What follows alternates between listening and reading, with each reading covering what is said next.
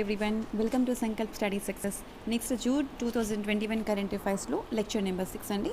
So దీనిలో ఈ కొన్ని ఇంపార్టెంట్ టాపిక్స్ చూసుకుందాము, current affairs and current events also.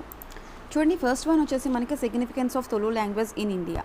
So మనకి యాజ్ పర్ స్కెడ్యూల్ 12 షెడ్యూల్స్ ఉన్నాయి కదా పాలిటీలోని, అదే మన రాజ్యాంగంలో మొత్తం 12 షెడ్యూల్స్ ఉన్నాయి కదా.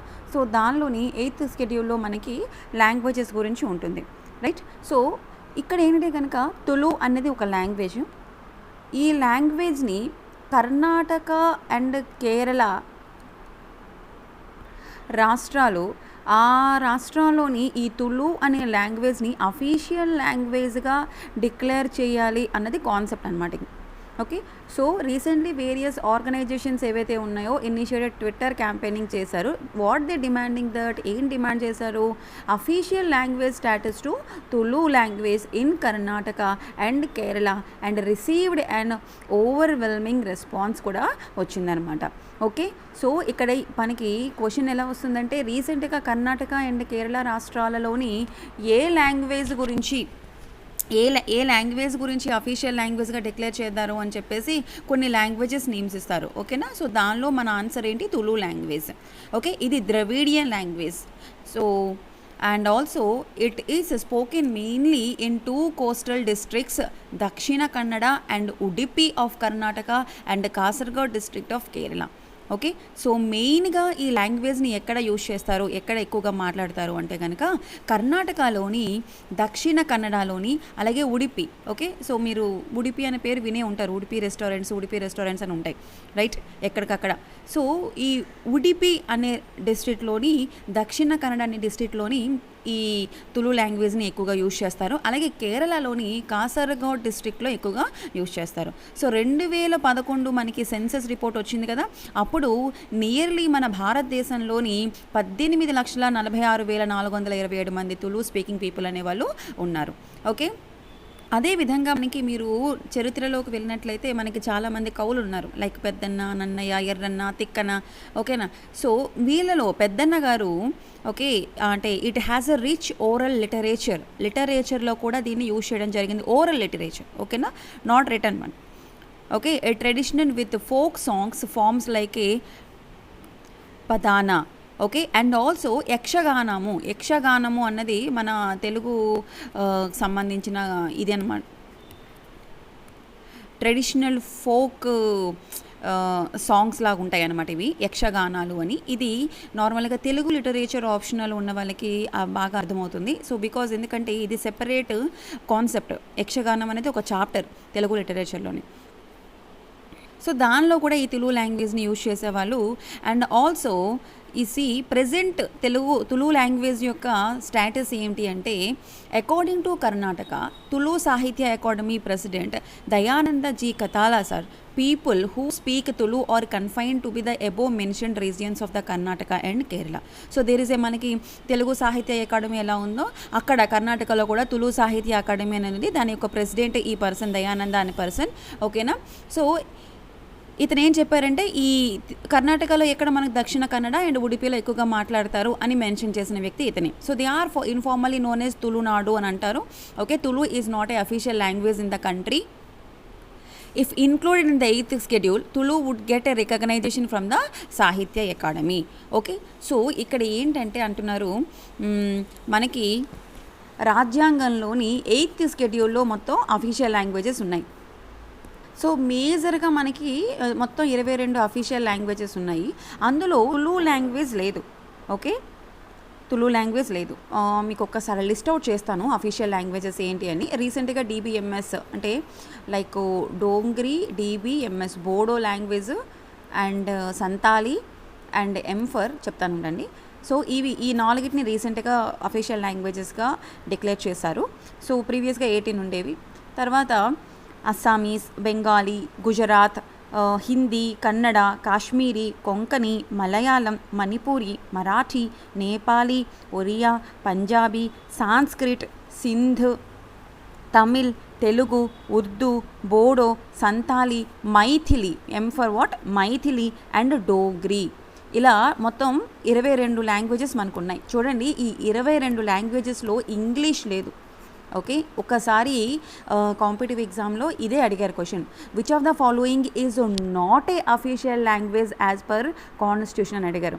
సో దానిలోని ఒక ఆప్షన్ ఇంగ్లీష్ ఉంది. So English is not our official language. ఓకేనా, అదేవిధంగా తులు లాంగ్వేజ్ కూడా లేదు. బట్ తులు లాంగ్వేజ్కి అఫీషియల్ లాంగ్వేజ్ సిగ్నిఫికెన్స్ ఇవ్వండి అని చెప్పేసి ఇప్పుడు మన కాంటెక్స్ట్.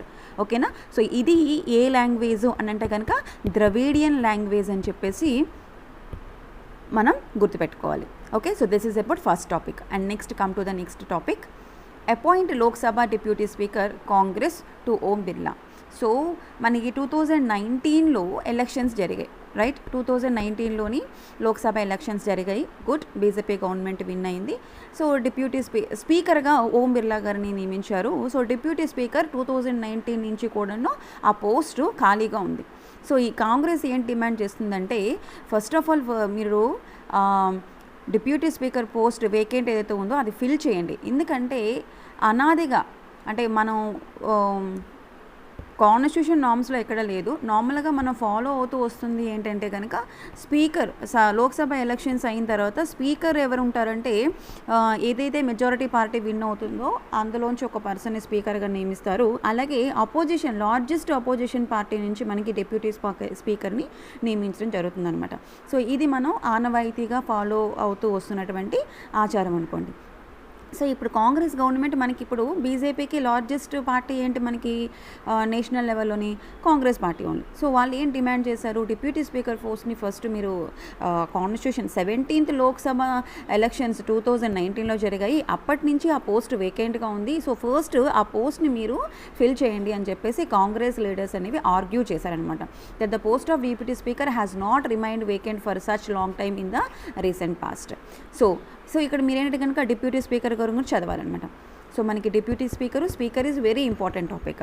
సో డిప్యూటీ స్పీకర్ యొక్క రోల్స్ అండ్ ఫంక్షన్స్ ఏంటి, ఓకే, కాన్స్టిట్యూషన్లో అతను లేదా ఆవిడ, ఓకేనా, వాళ్ళ కోసం ఏ ప్రొవిజన్స్ ఉన్నాయి అంటే ఏ ఆర్టికల్స్ ఉన్నాయి అన్నది important one. So article 93 of the constitution provides for the election of both speaker and deputy speaker. Okay, so ఇప్పుడు మీరు చదువుకునేటప్పుడు స్పీకర్ అండ్ డిప్యూటీ స్పీకర్ ఇద్దరు గురించి చదువుకోవాలి. ఇక్కడ క్వశ్చన్ ఏంటంటే రీసెంట్గా ఏ ప్రభుత్వం డిప్యూటీ స్పీకర్ నియమించబడింది అని క్వశ్చన్ రాదు. డిప్యూటీ స్పీకర్ గురించి కాంటెక్స్లో వచ్చింది కాబట్టి సో దానికి రిలేటెడ్గా మనకి బ్యాక్గ్రౌండ్ ఉన్న విషయాన్ని మీరు చదువుకోవాలి. ఓకే, సో కాన్స్టిట్యూషన్లోని మనకి 93 ఆర్టికల్లోని స్పీకర్ గురించి ప్లస్ డిప్యూటీ స్పీకర్ గురించి ఉందన్నమాట. Elections of speaker and deputy speaker గురించి ఉంది. Remember this point is very important. Okay, and next, constitutional office of the deputy speaker of the Lok Sabha is more symbolic of parliamentary democracy than some real authority. అంటే ఇక్కడ వాళ్ళు deputy స్పీకర్గా ఎన్నికైన తర్వాత వాళ్ళ యొక్క ఒరిజినల్ పార్టీని రిజైన్ చేయాల్సిన అవసరం లేదు. There is no need to resign from their original party. Though a deputy speaker they have to remain impartial. Okay, so there is no need to resign from their original party. ఇప్పుడు మనం for example Congress party నుంచి deputy స్పీకర్ని ఎన్నుకోవాలి నార్మల్గా అయితే, ఎందుకంటే Congress party అనేది largest opposition party కాబట్టి. సో ఎప్పుడైతే డిప్యూటీ స్పీకర్ని ఎలక్షన్స్ ఎన్నుకున్న తర్వాత కాంగ్రెస్ పార్టీ నుంచి తనని తొలగిస్తారా అంటే రిజైన్ చేయాలా అంటే కనుక no need. So what are the roles and functions అంటే కనుక ప్రిసీడింగ్ ఆఫీసర్గా అంటే డిప్యూటీ స్పీకర్ ఎలా వ్యవహరిస్తారు అంటే కనుక ప్రిసీడింగ్ ఆఫీసర్గా వ్యవహరిస్తారు in case of leave are absence caused by the death are illness of the speaker of the Lok Sabha.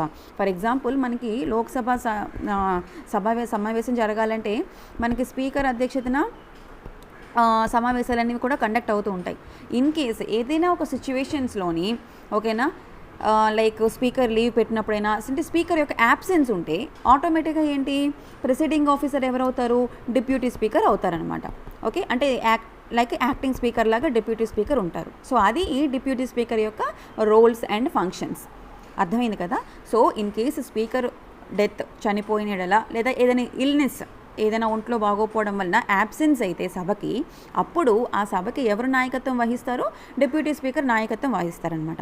So యూజువల్గా deputy speaker is elected in the first meeting of the Lok Sabha after the general elections from amongst the members of the Lok Sabha.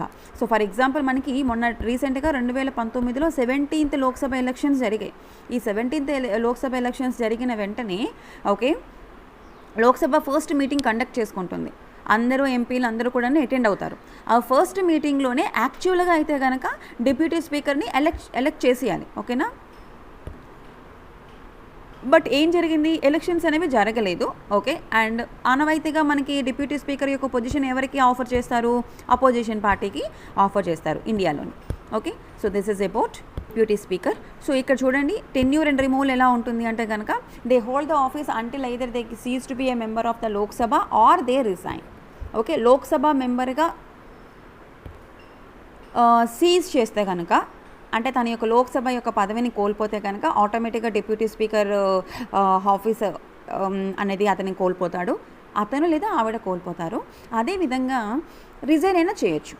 Okay, so they can be removed from office by resolution passed in the Lok Sabha by an effective majority of it's member. ఓకేనా, majority of its members లోక్సభలో ఉన్నటువంటి ఏదైనా resolution pass చేసినప్పుడు కూడాను deputy speaker తొలగించడం జరుగుతుంది.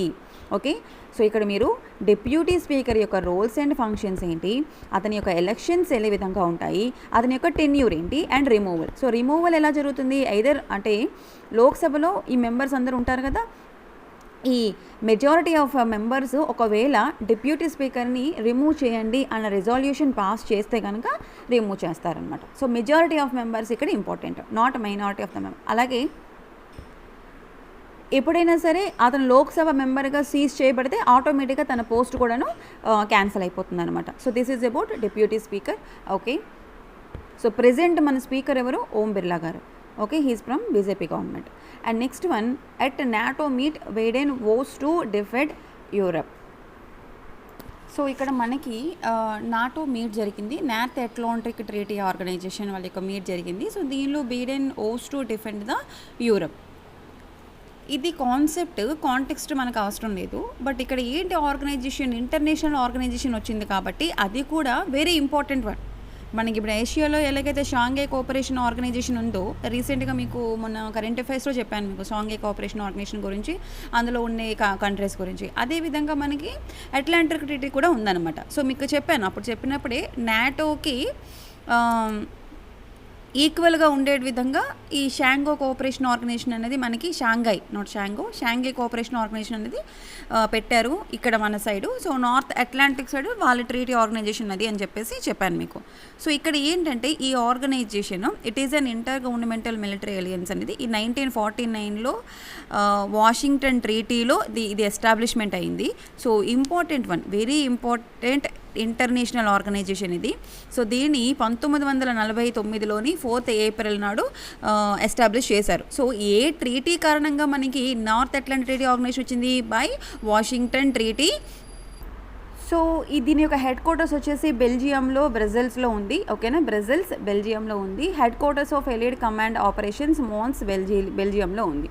Okay, and next దీని యొక్క సిగ్నిఫికెన్స్, ప్రాముఖ్యత ఏంటి అంటే ఏవైతే ఇండిపెండెంట్ మెంబర్స్ ఉన్నారో it continue the system of collective defence whereby it independent members states agree to mutual defence in response to attack by an external party. అంటే for example ఇందులోని NATO పెట్టుకున్నప్పుడు around 12 countries ఉన్నాయి. Now ఇప్పుడు around 29 to 30 countries ఉన్నాయి. Okay, member countries. So ఈ 30 members countries మీద okay military cooperation గురించి అనమాట, ఇది మ్యూచువల్ డిఫెన్స్ గురించి. సో ఏదైనా ఈ 30 మెంబర్స్ కాకుండా వేరే ఎక్స్టర్నల్ పార్టీ ఏదైనా ఒక దేశం ఈ కంట్రీలో ఏదైనా ఒక కంట్రీ మీద అటాక్ చేసింది అనుకోండి, ఓకేనా, ఇవన్నీ కూడాను కలిసికట్టుగా ఉండి పోరాడతాయి అనమాట. అది నార్త్ అట్లాంటిక్ ట్రీటీ ఆర్గనైజేషన్ యొక్క ముఖ్య ఉద్దేశం అనమాట. ఓకే, సో వీళ్ళందరూ కలెక్టివ్ డిఫెన్స్ అంటే ఏంటి, ఈ కంట్రీస్ అన్నీ కూడాను ఒకే తాటి మీద నిలబడి దీనికి డిఫెన్స్ ఇస్తాయి. Okay, so that is the significance of this NATO organisation. Okay, so first founding నుంచి చూసుకుంటే కనుక 12 మెంబర్స్ కంట్రీస్ ఉన్నారు, నౌ 30 మెంబర్స్ కంట్రీస్ ఉన్నాయన్నమాట నాటోలోని. So what are their objective, మనకి షాంఘై కోఆపరేషన్ ఆర్గనైజేషన్లో కూడా ఏంటి ఆబ్జెక్టివ్, లైక్ ర్యాట్స్ ఉంది అంటే టెర్రరిజం దాన్ని కంట్రోల్ చేయడము, మ్యూచువల్ కోఆపరేషన్ ఉండడము, okay, one way one road belt initiative, ఇవన్నీ కూడాను దాని యొక్క ఆబ్జెక్టివ్స్ షాంఘై కోఆపరేషన్. అదేవిధంగా నాటో యొక్క ఆబ్జెక్టివ్స్ ఏంటి అంటే కనుక పొలిటికల్గా సపోర్ట్ ఉండాలి, మిలిటరీ పరంగా సపోర్ట్ ఉండాలి. అంటే ఏవైతే కంట్రీస్ ఉన్నాయి మెంబర్ కంట్రీస్ అరౌండ్ 30 కంట్రీస్ ఉన్నాయి కదా. ఓకే, సో రీసెంట్గా the most recent member member state to be added to the north, that is North Macedonia. ఓకేనా, ద లాస్ట్ కంట్రీ రీసెంట్గా నాటోలోకి 2020లో యాడ్ అయిన కంట్రీ ఏంటి అని అడిగితే the country name is called North Macedonia. Okay, and also NATO membership is open to any other European state in a position to further the principle of this treaty. సో మీకు ఒకసారి just కొన్ని important member countries like France కానీ, Italy కానీ, Denmark, okay, next Latvia, United States, Turkey, Germany, Belgium, Hungary, Spain, Poland, Canada, Bulgaria, Estonia, Romania, Greece, Albania. Okay, so ఇలా చాలా countries అనేవి మనకి నాటోలో మెంబర్ కంట్రీస్గా ఉన్నాయన్నమాట. సో వీటన్నింటి కూడా కోఆపరేషన్, పొలిటికల్గా కోఆపరేషన్ చేసుకుంటారు. అదేవిధంగా మిలిటరీ కోఆపరేషన్ కూడా ఉంటుంది for peaceful resolution of disputes. So ఏమైనా డిస్ప్యూట్స్ వస్తే they can settle down those disputes in peaceful manner. ఓకేనా, సో శాంతివంతంగా శాంతి ఒప్పందాలతోని ఆ డిస్ప్యూట్స్ని వాళ్ళు రిజల్యూషన్ చేసుకుంటారనమాట. ఓకే, సో ఇవన్నీ కూడాను నాటో యొక్క ఆబ్జెక్టివ్స్. సో ఇది ఎప్పుడు ఎస్టాబ్లిష్ చేశారు, మెంబర్ కంట్రీస్ ఏంటి అని తెలుసుకుంటే సరిపోతుంది. And the next concept is MOS. So ministry of state Jal Shakti urges all MPs to participate and support Jalashakti Abhiyan 2. Okay, so we have already Jalashakti Abhiyan 1 ఉంది. So జలశక్తి అభియాన్ 2 ఏదైతే వాళ్ళు స్టార్ట్ చేశారో, so దానికి అందరు ఎంపీస్ యొక్క పార్టిసిపేషన్ సపోర్టు కావాలి అని చెప్పేసి జలశక్తి అడిగిందనమాట ministry of state for.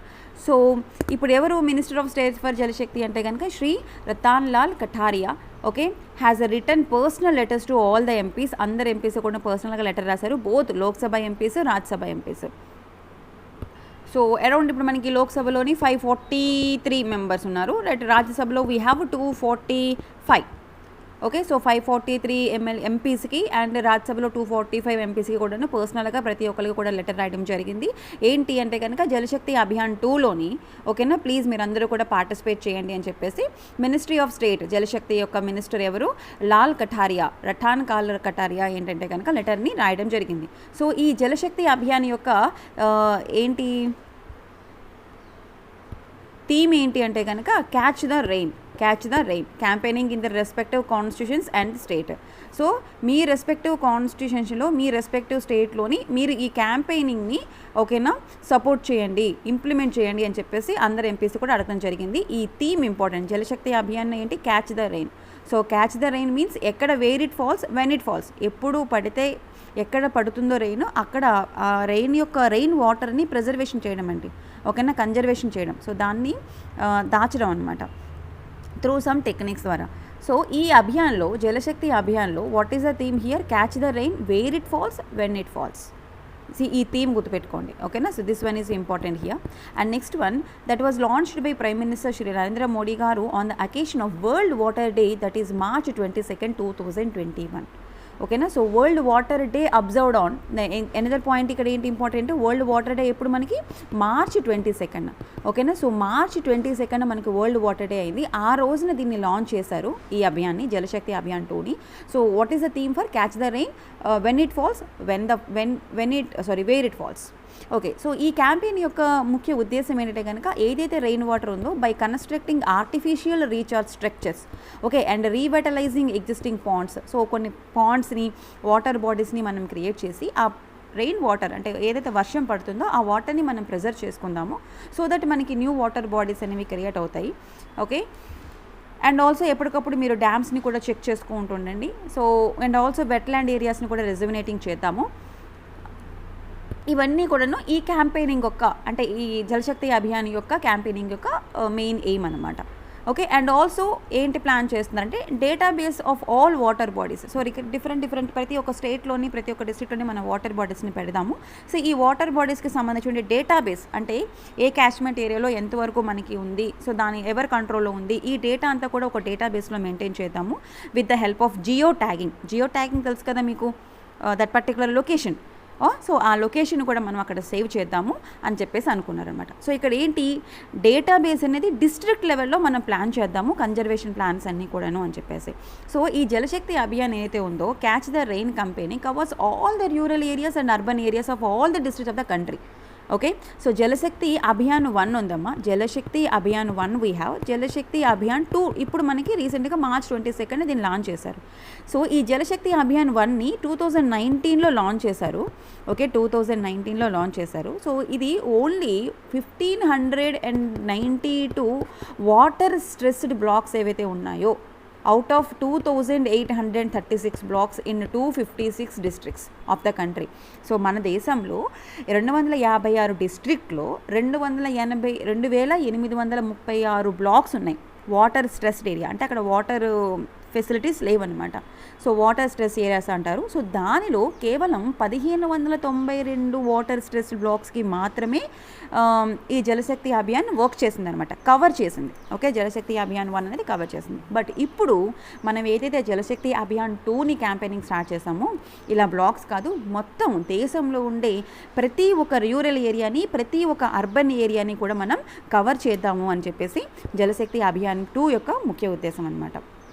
So జలశక్తి అభియాన్ 1 మనకి ఎప్పుడు లాంచ్ చేశారు? 2019లోని. Now Jal Shakti Abhiyan in 2021 March 22. So it is a campaigning for Jal Shakti Abhiyan 1 గురించి. So it is a campaigning for water conservation and water security in the country through collaborative efforts ఉండాలి. ఓకేనా, through the government of India and state governments. Clear? So only ఈ చెప్పాను మీకు ఇక్కడ 256 డిస్ట్రిక్ట్స్లో మాత్రమే, అది కూడా ఇన్ని ఉంటే దీనిలోని కేవలం ఈ 1592 వాటి మీద మాత్రమే కవర్ చేశారు. ఓకేనా. So the focus campaigning is on water stress districts and blocks. Okay, so this is about Jal Shakti Abhiyan 1 and 2. So ఈ పాయింట్ ఆఫ్ వ్యూలో ఈ కరెంట్ అఫైర్లో మీరు ఏం చదువుతారంటే జలశక్తి అభియాన్ 2 ఎప్పుడు లాంచ్ చేశారు, జలశక్తి అభియాన్ 1 ఎప్పుడు లాంచ్ చేశారు, అదేవిధంగా వరల్డ్ వాటర్ డే ఎప్పుడు అనేది చదువుకోవాలి. And the next one, southern ocean recognized as a 5th ocean by national geographic magazine. So రీసెంట్గా మనకి world ocean day 8th June జరిగింది. చూడండి, వరల్డ్ వాటర్ వాటర్ డే వచ్చేసి ఎప్పుడు జరిగింది? March 22 జరిగింది. ఓకేనా. World ocean day was observed on 8th June 8. So ఈ డేట్స్ ఆర్ ఇంపార్టెంట్. సో ఈ జరిగినప్పుడు on the occasion of world ocean day national Geographic magazine వాళ్ళు ఏంటి రికగ్నైజ్ చేశారంటే మనకి సదరన్ ఓషన్, ఓకేనా, సదరన్ ఓషన్ని ప్రపంచంలోని 5th ఓషన్గా రికగ్నైజ్ చేశారనమాట. సో ఆల్రెడీ మనకి ఎన్ని ఉన్నాయి మొత్తం? అట్లాంటిక్ ఉంది, పసిఫిక్ ఉంది, ఇండియన్ ఓషన్ ఉంది అండ్ ఆర్కిటిక్ ఓషన్ ఉందన్నమాట. So Atlantic, Pacific, Indian and Arctic oceans are there. Okay, along with 4 మనకి ఏంటి కనుక అనదర్ 5th వన్ ఇదేం రికగ్నైజ్ చేశారు? సదరన్ ఓషన్ రికగ్నైజ్ చేశారు. ఓకే, సో ఈ సదరన్ ఓషన్ యొక్క ప్రాముఖ్యత ఏంటి అంటే మీరు వెరీ వెరీ ఇంపార్టెంట్ వన్, ఖచ్చితంగా నెక్స్ట్ జరిగే ఎగ్జామ్స్లో మీరు దీని మీద క్వశ్చన్ ఎక్స్పెక్ట్ చేయొచ్చు. ఎందుకంటే this is the only ocean to touch 3 other oceans. So మనకి 4 ఓషన్స్ ఉన్నాయి కదా, మహాసముద్రం, Atlantic, Pacific and Indian ocean and Arctic ocean మొత్తం ఉన్నాయి. ఇందులో ఈ సదరన్ ఓషన్ 3 ఓషన్స్ని టచ్ చేస్తుంది. అవి ఏంటంటే ఆ నేమ్స్ గుర్తుపెట్టుకోండి, లేదా ఏదైతే టచ్ చేయదో ఆ నేమ్ అయినా గుర్తుపెట్టుకోండి అట్లీస్ట్. ఓకే, సో పసిఫిక్ ఓషన్ని టచ్ చేస్తుంది, అట్లాంటిక్ ఓషన్ని టచ్ చేస్తుంది, అదేవిధంగా ఇండియన్ ఓషన్ని టచ్ చేస్తుంది. అంటే ఇక్కడ లేనిది ఏంటి? ఆర్కిటిక్. ఎందుకంటే ఆర్కిటిక్ మనకి ఈ పై భాగంలో ఉంటుంది. ఇలా మనకి ఓల్డ్ మ్యాప్ అనుకుంటే సో ఇలా సముద్రాలన్నీ ఉంటాయి కదా, ఇక్కడ మనకి సదరన్ ఓషన్ ఉంది. సో ఆర్కిటిక్ ఓషన్ ఈ ప్రాంతంలో ఉంటుంది. సో ఎక్సెప్ట్ దిస్ ఈ ప్రాంతంలో ఉండే అన్ని ఓషన్స్ని కూడా మనకి సదరన్ ఓషన్ టచ్ చేస్తుంది. సో అందుకే ఈ only word important. Southern ocean is the only ocean to touch 3 other oceans. Okay, and it is the only ocean to completely embrace a continent rather than being embraced by them. అంటే ఒక continent మొత్తాన్ని ఇది చుట్టుపెడుతుంది అనమాట. Okay, southern ocean అనేది. And it was also defined by in Antarctic circumpolar current that was formed 34 million years ago. So ఇక్కడ మనకి 2 రకాల కరెంట్ ఫ్లోస్ ఉంటాయి. సో కరెంట్ ఫ్లోస్ మీకు జియోగ్రఫీ పార్ట్ అది. సో జియోగ్రఫీలో మనకి కరెంట్ ఫ్లోస్ ఉంటాయి. ఓకే, సో దాని కారణంగా మనకి ఎల్నినో, లానినో అనే ఎఫెక్ట్స్ అనేవి ఉంటాయి. సో ఈ కరెంట్ ఫ్లోస్ అనేవి ఏ మార్గంలో తిరుగుతాయి అని అంటే సదరన్ ఓషన్లోని వెస్ట్ టు ఈస్ట్ డైరెక్షన్లో ఉంటాయి around Antarctica. The current flows from west to east around Antarctica. So what is the significance of this recognition? Southern ఓషన్ని ఎందుకు 5th ఓషన్గా ఈ నేషనల్ జియోగ్రఫిక్ మ్యాగజైన్ వాళ్ళు రికగ్నైజ్ చేశారు అంటే కనుక, it steps towards the conservation of world ocean. Okay, so world ఓషన్స్ని మనం కన్జర్వేషన్ చేసుకోవాలి and public awareness on to the region. Okay, అంటే యాక్చువల్గా ఏం జరిగిందంటే మీకు తెలిసిన విషయమే, గ్లోబల్ వార్మింగ్ రోజు రోజుకి భూ ఉపరితలం యొక్క వేడి అనేది పెరిగిపోతున్నది. ఓకేనా, because of this global warming ఏమవుతుందంటే సదరన్ ఓషన్స్ అన్నీ కూడాను ఎప్పుడైతే వేడి ఎక్కువైపోతుందో సముద్రాల్లో కూడా దాని యొక్క వేడి అనేది ఎక్కువైపోయి సముద్ర ఉపరితల మట్టం అనేది పెరిగిపోతూ ఉంటుంది రోజు రోజుకి. ఓకే, అంటే దాని క్యాచ్మెంట్ ఏరియా పెరిగిపోతూ ఉంటుంది. సో ఇప్పుడు ఇలా ఉందనుకోండి, నెక్స్ట్ ఇయర్కి కొంచెం హైట్కి వస్తుంది ఇంకొంచెం. సో దాని ఒక ఉపరితలం, ఓకేనా, ఎగ్జాక్ట్గా వర్డ్ నాకు గుర్తు రావడం లేదు. సో సముద్ర ఉపరితలం అనేది పెరిగిపోతూ ఉంటుంది because of this global warming. Okay, and also industrial fishing on spices like krill, Patagonia, tooth fish, ఇలా కొన్ని స్పీషియస్ ఉన్నాయన్నమాట, ఇండస్ట్రియల్ ఫిషింగ్ ఇవి. సో ఈ స్పీషియస్ గురించి, ఓకేనా, ఇవి మనకి సదరన్ ఓషన్లో దొరుకుతాయి. సో ఈ సిగ్నిఫికెన్స్ ఈ విషయంలో ఏంటంటే కనుక దాన్ని 5th ఓషన్గా డిక్లేర్ చేయడం జరిగింది. Okay, see here, this is a world map. మనకి ఈ వరల్డ్ మ్యాప్లో సదరన్ ఓషన్ ఎక్కడ ఉంది మనకి? సీ హియర్, ఇక్కడ ఉంది, ఈ ఏరియాలో సదరన్ ఓషన్ ఉంది. ఓకేనా, this area southern ocean is there. So ఇక్కడ మనకి అంటార్కిటికా ఉంది. అలాగే మనకి ఏం చెప్పాను, సదరన్ ఓషన్ అన్నది మొత్తం మూడు ఓషన్స్ని, దట్ ఈస్ ఇక్కడ Pacific ocean, Indian ocean and South Atlantic ocean, northern Pacific ocean. So ఇక్కడ చూడండి, నార్త్ అట్లాంటిక్ పసిఫిక్ ఓషన్. ఈ ఓషన్స్ మీరు యూపీఎస్సీకి లేదా ఏదైనా అదర్ కాంపిటేటివ్ ఎగ్జామినేషన్కి ప్రిపేర్ అవుతుంటే geography is the main part. So geography చదివినప్పుడు మీరు మ్యాప్ని, ఇండియా మ్యాప్ని, ఓకే, అండ్ వరల్డ్ మ్యాప్ని, పొలిటికల్ మ్యాప్స్ని ఖచ్చితంగా మీ యొక్క స్టడీ రూమ్లో ఉండాలి. ఎందుకంటే ఏదైనా ఒక ల్యాండ్ మార్క్ గురించి వచ్చినప్పుడు, అంటే ఓషన్స్ గురించి కానీ, ఏదైనా ఒక పర్టికులర్ స్టేట్ గురించి కానీ, ఏదైనా ఒక పర్టికులర్ కంట్రీ గురించి వచ్చినప్పుడు మీరు ఫస్ట్ ఆ కంట్రీ యొక్క లొకేషన్ని ఫైండ్ అవుట్ చేయగలగాలి. అండ్ ఆల్సో దాని చుట్టూ ఏ కంట్రీస్ని బార్డర్ని టచ్ చేసింది అని చదువుకోవాలి. ఓకేనా, జాగ్రఫీ నుంచి ఇలాంటి క్వశ్చన్సే వస్తాయి. ఏవైతే రీసెంట్గా లొకేషన్స్ గురించి అడుగుతారో, లొకేషన్స్ గురించి కరెంట్ అఫైర్స్లో, కరెంట్ ఈవెంట్స్లో వస్తుందో ఆ లొకేషన్, ఓకేనా. ఫర్ ఎగ్జాంపుల్ టర్కీ చుట్టూ ఉన్న దేశాలు ఏంటి, అంటే టర్కీ టచ్ అయిన బార్డర్ దేశాలు ఏంటి, ఓకేనా. లేకపోతే తెలంగాణ స్టేట్ గురించి వచ్చింది. సో తెలంగాణ స్టేట్కి బార్డర్ టచ్ అయిన రాష్ట్రాలు ఏ ఇతర రాష్ట్రాలతో బార్డర్ ఉంది. సో ఇలాంటి క్వశ్చన్స్ వస్తాయి అన్నమాట మనకి జాగ్రఫీ నుంచి. సో ఇప్పుడు మనకి సదరన్ ఓషన్ ఉంది. సదరన్ ఓషన్ ఇక్కడ ఉంది మీకు. సదరన్ ఓషన్ నుంచి పసిఫిక్, ఇండియన్ ఓషన్ని టచ్ చేస్తుంది, అట్లాంటిక్ ఓషన్ని టచ్ చేస్తుంది, అలాగే ఇక్కడ పసిఫిక్ ఓషన్ టచ్ చేస్తుంది. ఆర్కిటిక్ ఓషన్ ఈ పై భాగంలో ఉంటుంది కాబట్టి దాన్ని టచ్ చేయదు. ఓకేనా. So this is about southern ocean.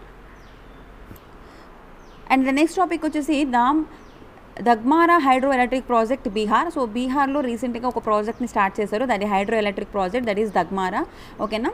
So memorandum of understanding has been signed between ఎవరెవరికి మధ్యలోని ఎన్హెచ్పిసికి, అంటే ఇక్కడ ఏంటి, నేషనల్ హైడ్రో పవర్ కార్పొరేషన్ లిమిటెడ్కి, అలాగే బీహార్ స్టేట్కి హైడ్రో ఎలక్ట్రిక్ పవర్ కార్పొరేషన్ లిమిటెడ్కి. ఓకేనా, బీహార్ స్టేట్ యొక్క hydro electric power corporation limited వాళ్ళకి, ఓకేనా, ఈ ప్రాజెక్ట్ గురించి మెమోరాండమ్ ఆఫ్ అండర్స్టాండింగ్ సైనింగ్ అనేది జరిగింది. సో వాట్ ఈస్ ఏంటి ఆ ప్రాజెక్ట్? ఇక్కడ దగ్మారా హైడ్రో ఎలక్ట్రిక్ ప్రాజెక్ట్ ఇక్కడ బీహార్లోని ఇంప్లిమెంటేషన్ చేయడం వీళ్ళ యొక్క ముఖ్య ఉద్దేశం. సో ఈ ప్రాజెక్ట్ పేరు, అంటే బీహార్లో ఏ రివర్ మీద ఈ ప్రాజెక్ట్ని కట్టాలనుకుంటున్నారు అనేది important. So that is here Kosi river మీద. Okay, Kosi river, Damodar river, ఈ రెండు కూడా వెరీ ఇంపార్టెంట్ రివర్స్. ఓకేనా, because Kosi river is like Bihar దుఃఖదాయిని అంటారు, దామోదర్ రివర్ ఈజ్ బెంగాల్ దుఃఖదాయిని అంటారు. That means Saro of Bihar is the Kosi river and Saro of Bengal is the Damodar river. అంటే ఏంటంటే ఎప్పటికప్పుడు ఈ వర్షాలు అవి పడినప్పుడు ఫ్లడ్స్ వస్తాయి అన్నమాట ఈ కోసి రివర్ నుంచి. సో ఎప్పటికప్పుడు రాష్ట్రం అనేది మునిగిపోతూ ఉంటుంది, వాటర్లని వరదలకు గురి అవుతూ ఉంటుంది. అందుకని బీహార్ యొక్క దుఃఖదాయిని కోసి అని, బెంగాల్ యొక్క దుఃఖదాయిని దామోదర్ రివర్ని అంటారనమాట. సో నార్మల్గా ఇక్కడ మీకు ఏంటంటే ఈ ప్రాజెక్ట్ విషయాలు అంతగా అవసరం లేదు, బట్ ఒకసారి చదువుకోండి. సో దాని యొక్క కెపాసిటీ ఏంటి, ఓకేనా. అండ్ హైడ్రో ఎలక్ట్రికల్ ప్రాజెక్ట్ కాబట్టి సో దీని నుంచి పవర్ జనరేషన్ చేయాలనుకుంటున్నారు. Okay, so what is the significance, దాని ప్రాముఖ్యత ఏంటంటే ఇది మనకి బీహార్లో పెడుతున్నారు, ఓకేనా. So it will be landmark project in the power sector scenario of Bihar and as far as the green power is concern. That means దీనివల్ల మనకి socio economic and infrastructure development అనేది జరుగుతుంది అండ్ ఆల్సో ఎంప్లాయ్మెంట్ ఆపర్చునిటీస్ అనేవి జరుగుతాయి అని చెప్తున్నారనమాట. So ఇక్కడ మీరు చదవాల్సింది ఏంటంటే ఏ ఇద్దరికి మధ్యలోని మనకి ఈ ప్రాజెక్ట్ అనేది సైన్ అయింది అండ్ ఆల్సో ఏ రివర్ మీద సైన్ అయింది, ఈ 2 points important. Okay, so Kosi river గురించి జస్ట్ 2 లైన్స్ చూడండి. The Kosi is the transboundary river which flows through the Tibet, Nepal and India. ఓకేనా, రివర్ గురించి వచ్చింది కాబట్టి geography part very important. EPFO ఎగ్జామ్లోని రైల్వేస్లోని మనకి ఏంటంటే కనుక జోగ్రఫీ పార్ట్ లేదు కాబట్టి ప్రాబ్లం లేదు, బట్ అడిగినా అడగొచ్చు. యూపీఎస్సీని మనం ఎప్పుడు కూడా ఎస్టిమేషన్ చేయకూడదు, చేయలేము. ఓకేనా, సో ఈ కోసి రివర్ ఏ దేశాల గుండా ప్రవహిస్తుంది అంటే కనుక that is one Tibet, Nepal and Indian boundaries. Okay, so దాని యొక్క సోర్స్ ఎక్కడ ఉంది, మనకి టిబెట్లో ఉంది. So what are the major tributaries, దాని యొక్క ఉపనదులు ఏంటి, సన్కోసి, అరుణ్, తమోర్. ఓకే, ఏవైనా ఒక నదుల గురించి చదువుతున్నప్పుడు ఆ నదుల యొక్క ఉపనదులు అనేవి చాలా ఇంపార్టెంట్. ఓకేనా, ఎందుకంటే ఒక నది పేరు ఇచ్చి దీని యొక్క ఉపనదులు ఏంటి అని అడుగుతారనమాట ఎగ్జామ్స్లోని. అంటే నార్మల్గా మీరు ఏపీ అంటే ఆంధ్రప్రదేశ్ గవర్నమెంట్ ఎగ్జామ్స్కి కానీ లేదా తెలంగాణ గవర్నమెంట్ ఎగ్జామ్స్కి కానీ ప్రిపేర్ అవుతున్నట్లయితే ఖచ్చితంగా ఆ నదుల యొక్క ఉపనదులు కూడాను బై హార్ట్ చేయాలి. ఓకే, సో ఇక్కడ మనకి ఇట్స్ అన్స్టేబుల్ నేచర్ ఉంటుంది. సో ఎప్పటికప్పుడు దాని కోర్స్ చేంజ్ చేసుకుంటూ ఉంటుంది. సో దానివల్ల ఏంటవుతుందంటే కనుక ఈ ఏంటి బీహార్లో ఎప్పటికప్పుడు ఫ్లడ్స్ అనేవి వస్తూ ఉంటాయి. ఓకేనా, సో అందుకని దీన్ని సారో ఆఫ్ బీహార్ అంటారు due to extreme flooding that it causes. Okay, so the Kosi carries the maximum amount of silt sand after the Brahmaputra in India. So ఇండియాలోని ఎక్కువ సిల్ట్ శాండ్ని ఎక్కువ క్యారీ చేసింది ఏంటంటే బ్రహ్మపుత్ర రివర్. ఓకేనా, after Brahmaputra river we have the Kosi river. ఓకేనా, and the next topic is what, Rajaparba. ఏంటి ఈ రాజపర్భ అన్నది అంటే కనుక ఇట్ ఈస్ ఏ మిథున సంక్రాంతి. ఓకేనా, దీన్ని ఏమంటారు, it is a festival. Okay, so Mithuna Sankranti ఇది 3 day ఫెస్టివల్ అండి. Remember this, 3 day festival. ఏ రాష్ట్రంలో జరుగుతుంది, ఉమెన్హుడ్ ఇన్ ఒడిస్సా. సో నార్మల్గా మనకి ఉమెన్కి ఓకేనా మెన్స్ట్రుయేషన్ వస్తుంది. That means what, periods. ఓకేనా, so every month we are suffering with 3 days periods, that is menstruates అంటారు. ఓకేనా, సో ఈ మదర్ ఎర్త్ ఒడిస్సాలో రాష్ట్రంలో ఏంటంటే మదర్ ఎర్త్ అంటే మన భూమాత ఆ 3 days మెన్స్ట్రుయేషన్స్ అవుతుంది. సో ఆ పీరియడ్ ఇవాళ ఒక ఫెస్టివల్గా జరుపుకుంటారనమాట ఒడిస్సాలోని. ఆ ఫెస్టివల్ని ఏమంటారు, మిథున సంక్రాంతి అని అంటారు, that is Rajaparba. Okay, so it is believed that during the period of mother earth bhumata yokka menstruates and prepares herself for future agriculture activities with the arrival of monsoon. So people, now monsoon season is starting, right? So people worship goddess Bhudevi, who is the wife of Lord Jagannatha. Okay, so Odisha lo మీరు first Odisha అనగానే గుర్తు రావాల్సింది ఏంటి, Jagannatha Swami temple, that is పూరిలో Jagannatha Swami temple మనకుంది. ఓకేనా, the famous temple in India. So Jagannatha Swami temple, Jagannatha Swami యొక్క wife ఎవరు, భూదేవి. ఓకేనా, సో భూదేవి మదర్ ఎర్త్ ఈ పీరియడ్స్ అనేవి వస్తాయన్నమాట 3 days మనకి ఈ మాన్సూన్కి ముందు. సో ఆ టైంలోని వీళ్ళు ఫెస్టివల్ని జరుపుకుంటారు. So women are given a break from household works and people abstain from walking barefoot on the earth అనమాట. So this is the good thing. So ఇది ఏంటంటే కనుక ఎవ్రీ స్టేట్లోని లైక్ నాగాల్యాండ్లో కూడా ఇలాంటి ఒక టెంపుల్ ఒకటి ఉంది. సో దాన్ని కూడా ఒక అదర్ ఫెస్టివల్ ఉంది. ఓకేనా, నేను అది మీకు నవంబర్ కరెంట్ అఫైర్స్ చెప్పినప్పుడు ఎక్స్ప్లెయిన్ చేస్తాను. ఓకేనా, and next one, high level dialogue on desertification, land degradation and drought. So ఏంటి మనకి రీసెంట్లీ మన Indian prime minister Narendra Modi garu ఓకేనా సో ఒక కీ నోట్ని అడ్రస్ చేశారు యునైటెడ్ నేషన్స్కి. What is that, high level dialogue on డీసర్టిఫికేషన్.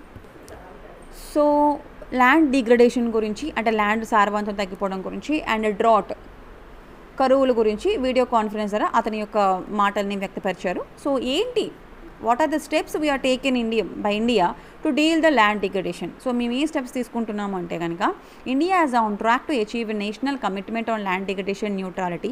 That is what is the sustainable development goal 13. ఓకేనా. సో మనకి సస్టైనబుల్ డెవలప్మెంట్ గోల్స్ 17 ఉన్నాయి. సో దానిలోని సస్టైనబుల్ డెవలప్మెంట్ గోల్ టార్గెట్ 15.3లో, ఓకేనా, నాట్ 13, 15.3లో మనకి ల్యాండ్ డిగ్రేడేషన్ న్యూట్రాలిటీ గురించి ఉంది. సో ఇండియా దాని మీదే వర్క్ చేస్తుంది. So there is a national commitment on this land degradation neutrality. So last 10 yearsగా around 3 million hectares of the forest cover has been add చేసాము, ఓకేనా. సో బై 2030 కల్లా మేము 26 million hectares యొక్క ల్యాండ్ని కూడా రీస్టోర్ చేస్తాము అని చెప్తున్నారనమాట. సో లాస్ట్ 10 yearsగా 3 million hectares చేసాము, ఓకేనా.